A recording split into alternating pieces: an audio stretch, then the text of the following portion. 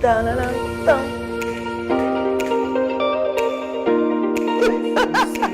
pour moi. On a fait un tournage.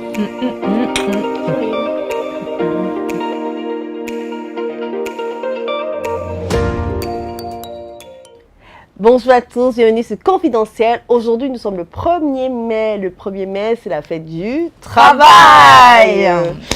Pour cette journée, nous allons parler des personnes en parcours de PMA et qui sont également salariées et revenir sur la loi de santé du 26 janvier 2016 qui accorde des autorisations d'absence tout au long du protocole pour les examens nécessaires au parcours aux femmes qui sont salariées.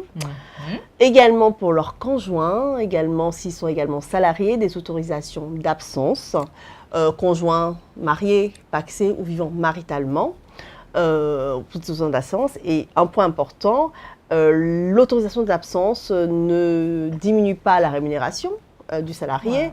Également, c'est assimilé à une période de travail effective, c'est-à-dire que ça ne va pas jouer ou diminuer sur les RTT et les congés payés. Voilà. Donc, soyez tranquilles pour ceux qui sont en PMA, également salariés. Voilà. Depuis le 26 janvier 2016, la loi a changé sur ce point-là. Ouais. Voilà. Bon, c'est très bien à savoir, c'est parfait à savoir, c'est important à savoir. Tout à fait. Et pour revenir justement sur la question du parcours de PMA, puisque tu l'as vécu et on en a parlé à l'épisode précédent, ce qui m'a beaucoup frappée, puisque peut-être il faut pouvoir le partager à nos téléspectateurs et téléspectatrices, c'est que moi je te connais par le biais de ton mec. Tout à fait. Qui est mon ami. Exactement. Et on a fini par former une espèce de trio et on l'a jarté même du trio. Non, je rigole, qui s'imagine pas des choses. Non. Non, pour... C'est pas bien qu'il s'imagine des choses. Donc, pour revenir, pour être un peu plus sérieuse, je disais donc...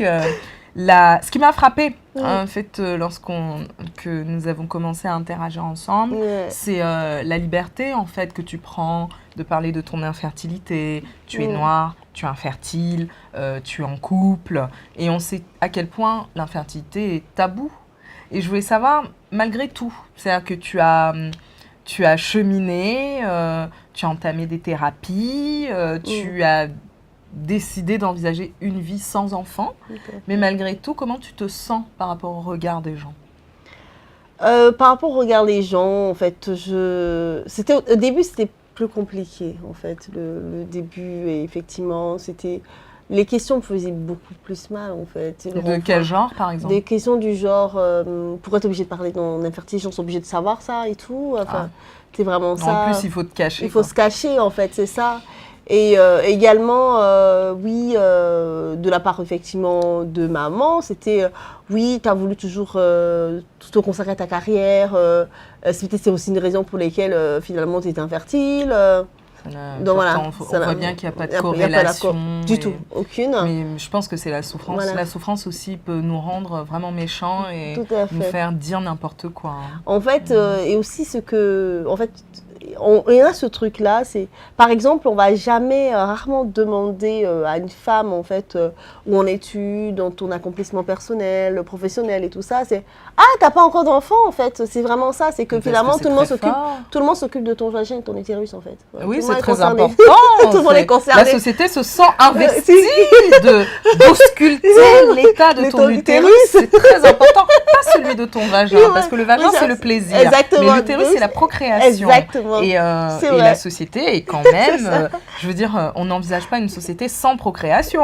C'est très important de jouer à la police, d'aller scruter, de se poser des questions. On lecture et tout ça. Donc voilà, c'était vraiment ça, ce côté-là. Par exemple, une anecdote avec une fois une cousine qui me demande oui, t'en es où mais t'as pas encore d'enfant et tout, mais ouais, c'est bizarre. Je fais non, j'ai dit sinon, oui, non, mais j'ai besoin d'une donneuse d'ovocytes, sinon t'es intéressée à me le faire, parce que ça me permettra d'avoir un enfant. Exactement. Donc voilà. Et là, plus personne. Plus personne, voilà, elle a plus réagi et tout ça. Donc effectivement, c'est ce côté-là qui a été vraiment pesant là-dessus, et même l'après, en fait, même quand on l'envisage l'après. par exemple, c'est douloureux pour ma mère, en fait, ces clôtures-là. Ah oui, donc tu m'expliques que Voilà. envisager son infertilité, ce n'est pas seulement l'envisager pour soi, Ah non, pas mais du tout. c'est également Ah ouais, l'envisager pour tous, pour l'entourage. Ah oui, ça, je dis, notamment, voilà, et la famille. c'est ça, exactement. Parce qu'il est important C'est ça. de rappeler que la famille fait aussi le deuil d'un éventuel ou potentiel petit enfant, c'est ça, petit exactement. neveu, C'est petite ça, cousine. exactement. C'est ça qui est difficile, en fait. Est-ce que tu te sens dans la culpabilité par rapport à ça? Ah non, pas du tout. Pas du tout. Pas du tout. C'est vrai que c'est de voir ma mère en souffrir, c'est quelque chose qui parfois ça me fait mal, en fait. Tout à fait. Mais en fait, je sais pas ce que je pourrais faire de plus, en fait. Si ce n'est lui dire, voilà, c'est que essaie de faire comme tu peux, de pouvoir faire ton deuil aussi. Ton deuil aussi, exactement. Donc, ouais, c'est ça, en fait. Tout le monde se sent investi de l'utérus d'une femme. Hein.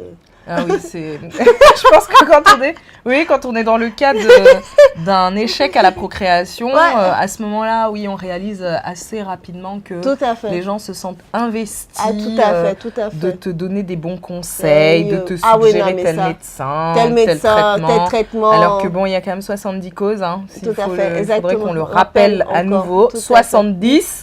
Donc dans les diagnostics à poser, ça voudrait dire potentiellement 70 diagnostics à poser, 70 traitements à appliquer. Ça, voilà, sachant que même un traitement, il ne marche pas forcément de la même manière. Il n'est pas efficace de la même manière d'une femme à l'autre. Et aussi même on parle même aussi même au sein des personnes infertiles, quand tu l'annonces que tu renonces, pourquoi tu renonces? Pourquoi c'est vrai, même là en fait, c'est vraiment, c'est comme si on avait perdu. En fait, c'est comme s'il y avait une trahison de ma part, en fait. Tout à fait. Parce qu'une femme infertile doit continuer encore ce parcours. En fait, c'est ça.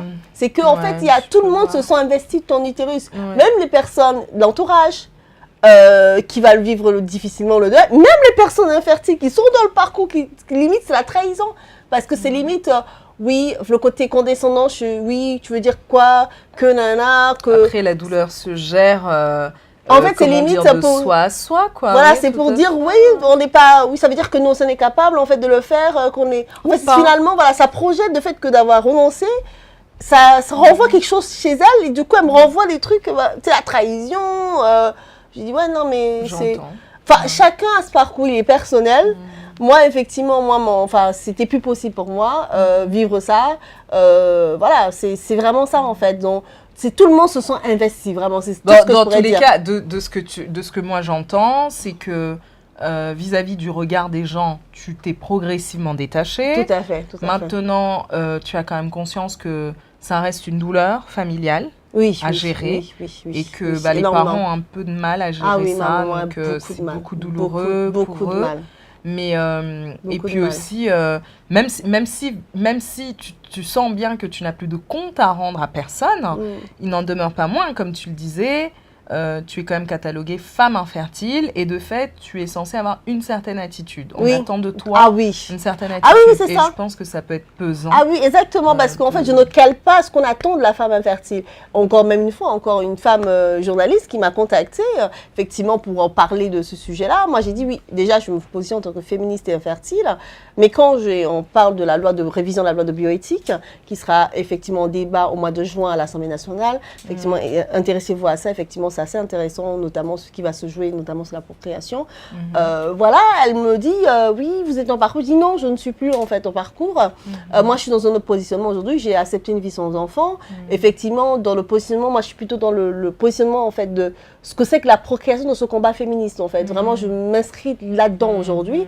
Et effectivement, c'était pas ce qu'on attendait d'une femme infertile. On attend d'une femme infertile qui va être dans une forme encore de souffrance. Atermoiement, voilà, exactement. Voilà, j'ai besoin d'enfants. La lamentation, voilà. Mais je ne calais pas pour son programme sur sa ligne éditoriale, du tout, voilà, sa ligne éditoriale, je ne calais pas. Donc du coup, voilà, c'est assez, enfin, c'est ça qui m'a quand même... c'est assez surprenant. En fait. On a une image d'une femme infertile, il faut que ça cale à cela, en fait. Mais c'est-à-dire que de toutes les manières, tu auras beau vouloir t'échapper du regard des autres, le regard est présent. Et le regard sera toujours là. Tout à fait. Parce que tant qu'on aura associé l'utérus de la femme à un objet de procréation avec une injonction de procréer. Ah, c'est clair. À partir du moment où tu es dans, j'allais dire, où les gens regardent ça comme quelque chose de défectueux, tu vas devoir rendre des comptes. Exactement. Et tu vas devoir sans cesse te justifier. Exactement. Te justifier tes choix. Pourquoi même tu as arrêté le parcours? Pourquoi t'avoir arrêté le parcours? Enfin, elle m'a demandé pourquoi vous avez arrêté le parcours. Normalement, Mais c'est justement, c'est intéressant. Pourquoi tu as arrêté le parcours? Cette question-là, on peut se la poser, mais je crois sincèrement qu'il est important que l'on revienne sur un sujet, une thématique, dans le parcours qui est l'argent. Ah oui. L'argent, comme l'infertilité, ce sont des sujets tabous. On en parle peu. C'est vrai. Mais ce qu'on oublie de préciser aux femmes et aux hommes, parce que l'infertilité touche également les hommes, c'est que le plus vous disposez de moyens financiers et le plus votre désir d'enfant a de chances, d'aboutir. Tout à fait. Et toi qui es justement passé par là, toi qui connais les tenants, les aboutissants, quelle est, j'allais dire, quelle vérité quelle est ta vérité sur le sujet ou quel est ton regard? Quel est le regard que tu portes justement sur l'argent et l'infertilité? Ah oui, c'est déjà l'argent, comme tu l'as bien précisé, l'argent et l'infertilité, c'est tabou. On ne parle pas. On ne parle pas de fric. Voilà, non. Tu gagnes combien? Moi, je sais, tu me l'as dit. C'est tabou entre nous. Exactement. Mais on sait que, de l'extérieur, exactement. On ne dit jamais, effectivement. Et moi, j'ai tenu, et c'est rare les femmes qui vont même dire, ce chiffre-là. Ils vont dire, effectivement, les sacrifices qu'elles ont encourus pour arriver là. Il faut vraiment le dire. Moi, il y a eu un endettement. J'ai dépensé tout le parcours, 4 tentatives, une tentative au Portugal et 3 tentatives en Ukraine. J'ai dépensé dans cette tentative 15 000 euros.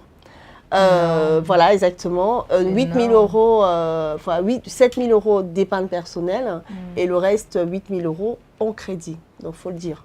Quand même, j'ai pris un crédit, effectivement, pour pouvoir payer la PMA, payer le don de vos sites. C'était des heures de travail. Parce que aussi, c'est moi qui supportais ces coûts-là, en fait. Mon homme actuel n'était pas dans les prédispositions financières pour pouvoir épauler. Donc, c'était moi qui supportais tous ces coûts-là. Il fallait travailler, faire des déplacements. Engranger de l'argent, même quand, par exemple, ma première tentative a découlé à une grossesse molaire. Une grossesse molaire, c'est une anomalie du placenta qui conduit à une interruption volontaire, une interruption médicale de grossesse, IMG, et médicale de grossesse. Médicale de grossesse, donc voilà, et en plus, la grossesse molaire, c'est des symptômes plus de grossesse, des vomissements, des douleurs lombaires intenses, vomissements plus. On arrive à rien manger, j'ai perdu 13 kilos. Malgré la perte de qu'il fallait continuer à travailler. Même le médecin, le dernier rendez-vous, elle m'a vue, elle a dit on va vous arrêter. En fait, j'étais dans un état de fatigue extrême parce que c'était le crédit qu'il fallait rembourser. Je ne peux pas m'arrêter. Donc oui, il y a une vraie pression en fait. On voit qu'il va s'exercer. Ah oui, c'est ça. Autant quand on dispose de gros moyens, la pression, elle n'est même pas à ce niveau. Je suppose qu'elle est plus au niveau on va réessayer. Après, le corps a ses limites aussi, à un moment donné, parce que ce sont des injections. Tout à fait. Ce sont des traitements lourds. C'est très lourd, c'est très lourd. Et je trouve quand même qu'on ne parle pas assez de cette donnée qui est quand même, à mon sens, significative, voire même primordiale dans le parcours de la PMA. Et je suis bien souvent outrée de la manière dont les gens présentent la PMA. C'est-à-dire que quand les unes et les autres, ou les uns et les autres se lancent là-dedans, je crois que, puisque personne ne leur a dit quels étaient les tenants et les aboutissants.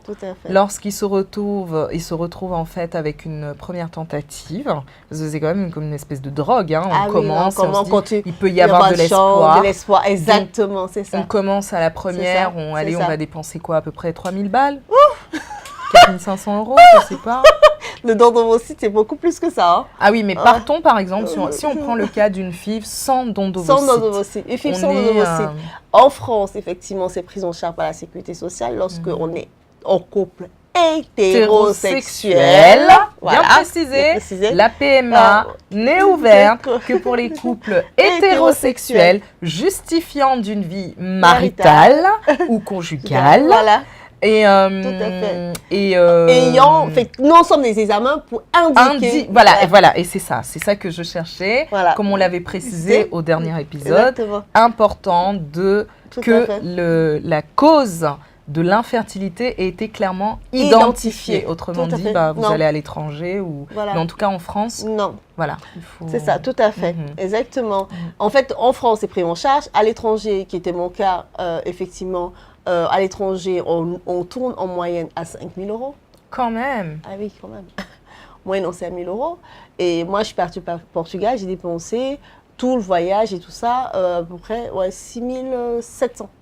6 700. Les billets d'avion, nos billets d'avion, parce qu'en plus, c'était pas loin de l'été, au mois de mai, c'était super cher. Enfin, il y a également tous ces démarches-là. Et voilà. Le prix à payer. Le prix à payer un enfant est très lourd, en fait. Et oui, on affiche toujours le côté, c'est génial. Il faut le rappeler, la PMA, il y a beaucoup plus d'échecs. À chaque, c'est que pour la FIV d'endométriose, on a 29% de chance d'avoir un enfant vivant, une grossesse.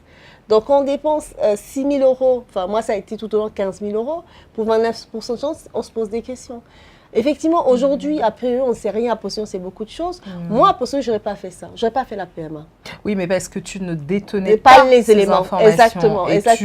Je crois que c'est comme beaucoup qui s'engagent dans cette voie, ils se disent, bon, au bout du deuxième, ça devrait pouvoir aller. Sauf qu'on réalise que ça ne marche pas toujours. Et même une étude a été faite en Australie, en fait, effectivement, en 2018, pour avoir 86% de chances de réussite en PMA d'endométriose, il faut 13 tentatives. 13 tentatives. C'est énorme. C'est énorme. C'est-à-dire qu'il t'en faudrait au moins, je ne sais pas à quelle fréquence les gens... on va dire, pas suivre le parcours, mais tu sais, les injections, être mis en ménopause, après recommencer avec tout le processus qui est vraiment lourd. Je me dis, ça voudrait dire qu'en somme, tous les 2 mois, tu es en train de tenter de procréer, en fait. Beaucoup font ça. Et c'est beaucoup font ça. C'est que même au niveau... physique, ton corps prend un coup. Je suppose qu'il doit y avoir des prises de poids, voire même des pertes de poids aussi. En tout cas, celle que j'ai constatée, beaucoup de femmes ont remonté effectivement beaucoup de prises de poids. Moi, j'ai pris 10 kilos en 5 ans. J'ai PMA puis 5. En 5 tu l'as dit la dernière fois. Voilà, exactement. Là, aujourd'hui, j'ai perdu 4 kilos depuis que j'ai arrêté en novembre 2018. En fait, mon corps je sais pas, mon corps était... Il y a comme une baisse. Lâcher prise, une baisse en fait. Là, je suis en train de perdre tous les poids en fait. Et là, j'ai me dit à un moment, je retrouve le poids que tu m'as connu avant le début du parcours de PMA. Parce que je me sens bien, je suis en accord avec le choix que j'ai pris. Et je pense que quand on prend un choix, le choix ne souffre pas d'une culpabilisation, d'une déculpabilisation du choix qu'on prend quand on est en accord avec nous-mêmes. Il faut pouvoir être aligné aussi avec je suis alignée avec moi-même sur ces décisions-là. Donc oui, et effectivement, moi, me connaissant, parce que chaque solution est adaptée à une personne, parce que moi, en tant que fertilité planeur, ce que je dis, mais si j'avais connu une personne qui m'avait conseillé, et me connaissant, elle ne m'aurait pas proposé la PMA tout de suite. En fait, si j'avais dans le désir, effectivement, elle m'aurait dit, va travailler, va explorer le monde, va créer comme tu es une femme engagée également, effectivement, à créer ton entrepreneuriat, vas-y, va t'éclater et tout. Mais l'argent, il suffit juste de faire ta GPA, c'est ça en fait. Effectivement, c'est ça, oui, la GPA, tu as forcément, effectivement, on te dit, tu as l'enfant, à la fin du processus, effectivement. Après, moi, je suis pas une abolitionniste du GPA. J'expliquerai dans une autre vidéo, on va expliquer pourquoi, parce qu'il faut un gros chapitre sur la GPA, parce qu'il y a eu beaucoup d'encre qui coule là-dessus sur la GPA et tout ça.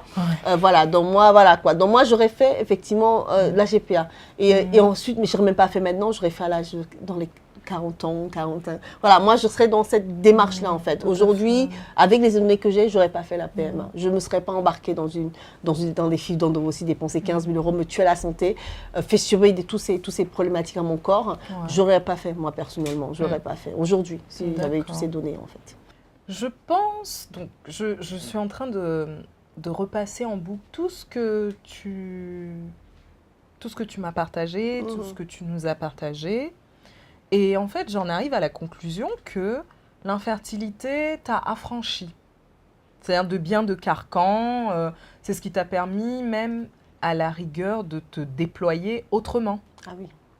Mais en somme, ce que je voulais aussi savoir, c'est que, parce que la dernière fois, nous avions évoqué un peu la vie de couple et puis même l'intimité sexuelle, parce que c'est lourd, hein. Il faut bien le préciser, hein, toutes ces hormones ingérées, les sécheresses vaginales, la baisse de la libido aussi. Voilà. Aussi.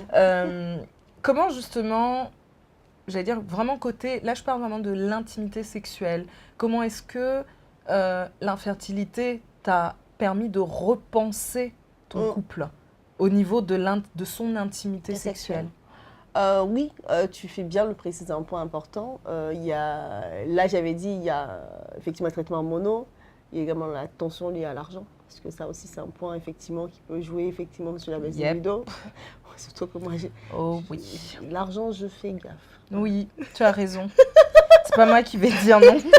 C'est pas moi qui vais... voilà. Donc, du coup, oui, il faut penser autrement. Effectivement, le moment où, par exemple, quand il y a les sécheresses vaginales, effectivement, on va plus opter pour un cunnilingus, par exemple, effectivement, pour procurer du plaisir. Le plaisir oral, à ce moment-là. Exactement, tout à fait oral. Oui, il y a d'autres également, plutôt la côté sensuel, en fait. Oui, la sensualité. Exactement, cultiver la sensualité, effectivement. Voilà, moi, je faisais des massages, je me faisais également des massages. En fait, apprendre à redécouvrir ce corps-là, ce corps qui subit, qui souffre. Qui souffre énormément. C'est vrai, il souffrait énormément pendant le parcours de PMA. Il existe même le massage de la vulve.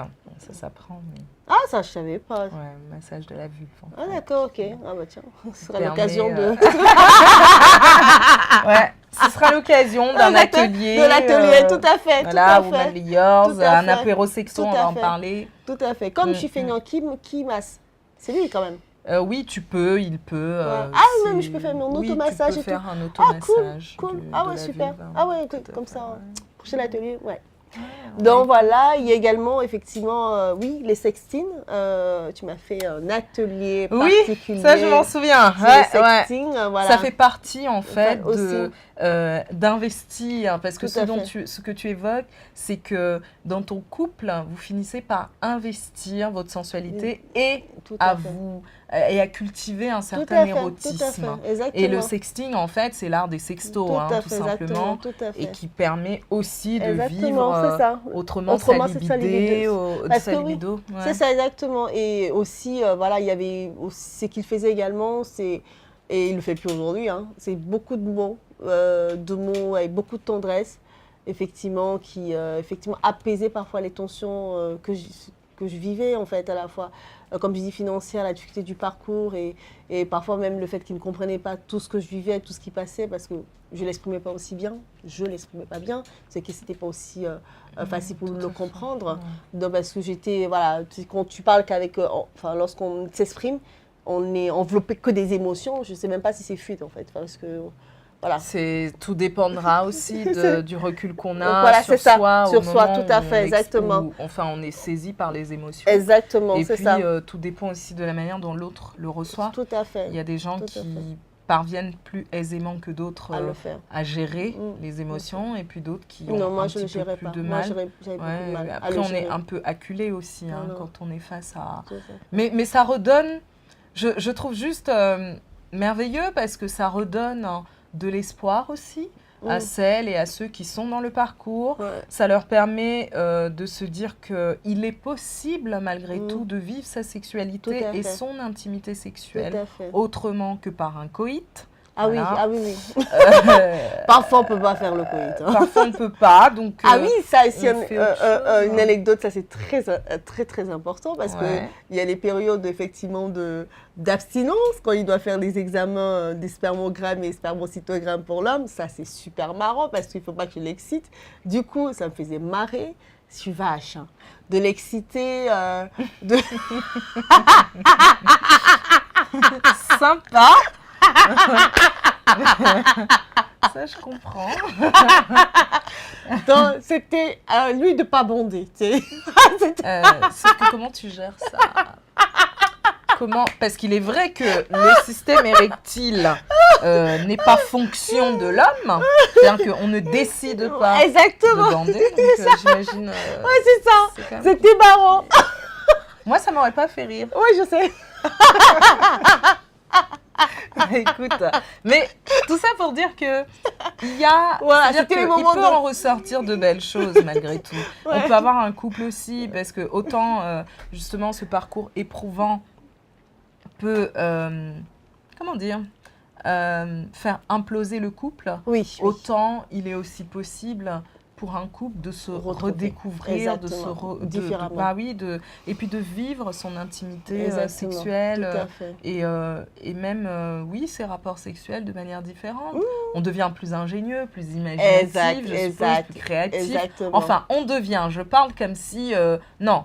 Non, il pour faut ceux qui s'investir, veulent, il faut voilà, s'investir. pour ceux qui s'investissent Il faut et qui le s'investir. veulent, Tout à fait. ils en deviennent beaucoup plus créatifs, Tout à fait, inventifs. tout à fait. Vraiment, il y a des imaginatifs. mille manières de faire. Par exemple, Ouais. quand il devait effectivement pouvoir produire son sperme, j'envoyais une photo de ma chatte pour l'aider effectivement à se masturber. C'était ça. Cool. Voilà, exactement. Donc, il y a tellement mille manières de le faire, de Ouais. retrouver son intimité Bah, sexuelle. c'est donc tant voilà. mieux, c'est très beau. C'est, je veux dire, je peux souhaiter, en fait, je ne peux que souhaiter à tous les couples qui entament ce parcours ou qui sont dans le parcours, qui n'ont pas pour projet d'arrêter. Moi, mon vœu, c'est vraiment qu'ils puissent se redécouvrir dans l'épreuve aussi et qu'ils puissent s'autoriser, Tout à fait. s'accorder une chance Exact. aussi de se redécouvrir et Exactement. puis de vivre une intimité tout aussi belle avec ou sans enfant. Exact. C'est le Tout mot à de la fait. fin. Exactement, tout Voilà. à fait, tout à fait. Mais on va se dire au revoir. On va se dire au On va revoir. se dire au revoir et on se dit dans 2 semaines. Oui, à dans 2 On va semaines. siroter du thé. Nous, on continue de siroter du thé, c'est notre rituel. Exactement. Voilà, et puis nous souhaitons aussi un bon courage Bon à courage. tous ceux qui sont dans le Exactement, parcours dans de ce parcours PMA. de PMA. Recevez Plein d'ondes tout no- positives. Oui, plein d'ondes positives, tout notre soutien. Ouais, exactement. Et puis, on est avec vous, on Exactement. comprend que vous faites ce que vous pouvez avec les moyens dont Donc, vous disposez. Exactement. Tout à fait. Peace, ciao. Ciao. Bye bye.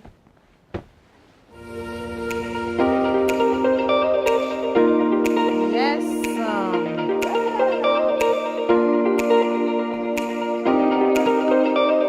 Hello.